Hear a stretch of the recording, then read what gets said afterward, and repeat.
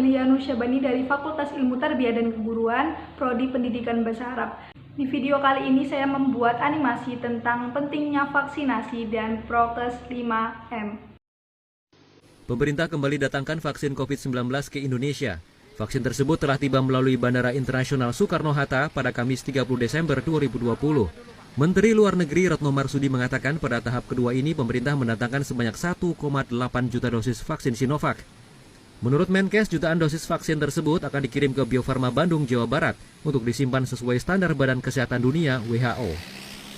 Selanjutnya, pemerintah berencana kembali mendatangkan 15 juta dosis vaksin COVID-19 dari produsen yang sama, Sinovac. Menlu menambahkan pemerintah Indonesia juga berupaya mendatangkan vaksin COVID-19 lainnya dari berbagai sumber. Dari sejak awal, kita juga terus menjalin komunikasi untuk mengamankan suplai dari berbagai sumber lain. Kemarin, Indonesia telah menandatangani komitmen suplai dari Novavax dengan menggunakan platform protein subunit rekombinan yang berasal dari Amerika Serikat sebesar 50 juta dosis.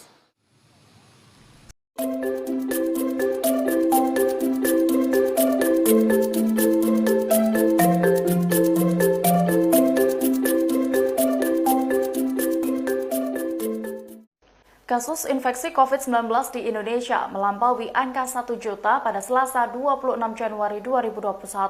Beberapa media asing pun menyoroti lonjakan kasus di tanah air, satu di antaranya media berita Prancis AFP. Dikutip dari Kompas.com, kantor berita AFP menyatakan bahwa dengan tingkat pengujian rendah di Indonesia, kasus infeksi diyakini jauh lebih parah dibandingkan dengan yang ditunjukkan melalui angka. Media Prancis itu juga mengabarkan bagaimana rumah sakit di Indonesia kewalahan dengan kasus infeksi COVID-19. Ini menjadikan Indonesia sebagai satu negara yang paling terdampak di Asia. Media AFP juga mengutip pernyataan pakar epidemiologi Universitas Indonesia, Pandu Riono, di mana ia berpikir bahwa Indonesia telah mengalami 1 juta kasus COVID-19 sejak lama.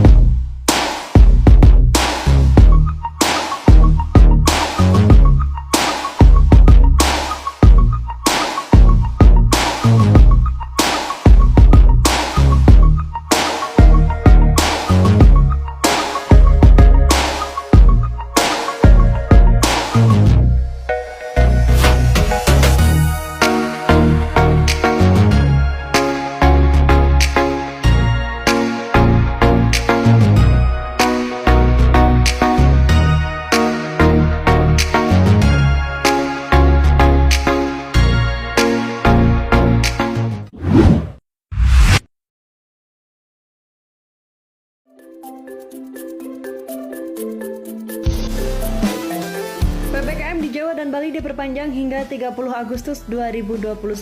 Statusnya kini turun dari level 4 menjadi level 3 karena kasus positif COVID-19 menurun hingga 78% sejak kenaikan kasus tertinggi pada Juni lalu.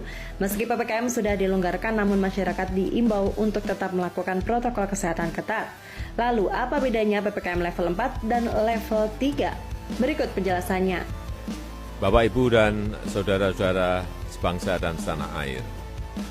Pandemi COVID-19 belum selesai, dan di beberapa negara saat ini sedang mengalami gelombang ketiga dengan penambahan kasus yang signifikan.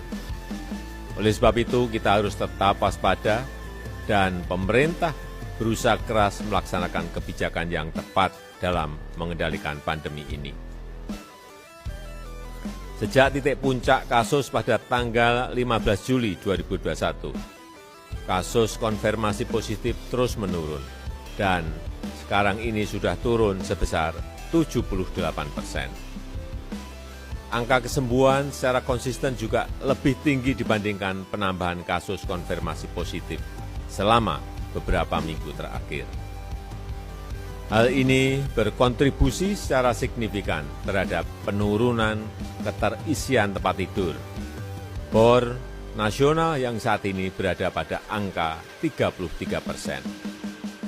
Untuk itu, pemerintah memutuskan mulai tanggal 24 Agustus hingga 30 Agustus 2021, beberapa daerah bisa diturunkan levelnya dari level 4 ke level 3. Untuk Pulau Jawa dan Bali, wilayah aglomerasi Jabodetabek, Bandung Raya, Surabaya Raya, dan beberapa wilayah kota kabupaten lainnya sudah bisa berada pada level 3 mulai tanggal 24 Agustus 2021. Untuk Pulau Jawa Bali ada perkembangan yang cukup baik. Level 4 dari 67 kabupaten kota berkurang menjadi 51 kabupaten kota. Level 3 dari 59 kabupaten kota menjadi 67 kabupaten kota. Dan level 2 dari 2 kabupaten kota menjadi 10 kabupaten dan kota. Untuk luar Jawa Bali juga ada perkembangan yang membaik, tetapi tetap harus waspada.